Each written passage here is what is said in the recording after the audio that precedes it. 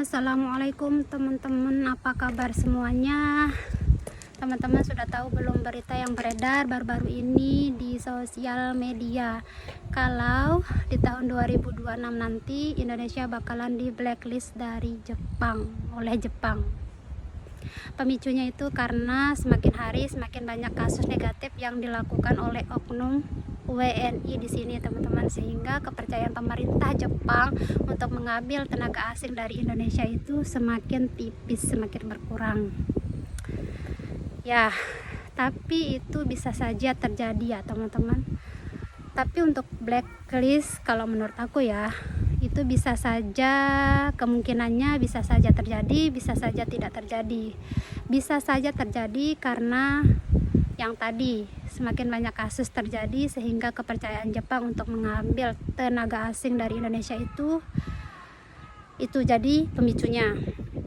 Kemungkinan tidak terjadi seperti yang kita tahu ya, teman-teman. Jepang itu tanpa tenaga asing, negara ini tidak bakalan berkembang atau tidak akan maju atau tidak beroperasi ya, teman-teman, karena Jepang itu sendiri populasinya sekarang itu semakin hari semakin sedikit, sehingga mereka mau tidak mau harus mengambil tenaga asing untuk bekerja di sini. Tapi untuk mengambil tenaga asing dari Indonesia, nah itu dia kemungkinannya, teman-teman, bakalan dipersulit, bakalan diperketat lagi aturan-aturannya, sehingga memperpanjang atau menghambat yang mau bekerja di sini itu bakalan sulit masuk ke Jepang, teman-teman. Maka dari itu, yang sekarang tinggal di Jepang atau yang sekarang sedang bekerja di Jepang, bekerja sesuai aturan, ikuti aturan-aturan yang dibuat oleh Jepang, kita bakalan aman.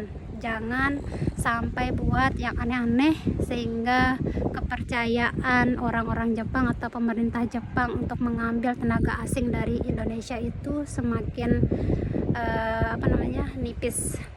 Jangan ya, stop. Kasihan teman-teman kita, karena satu kena kasus semuanya kena imbasnya.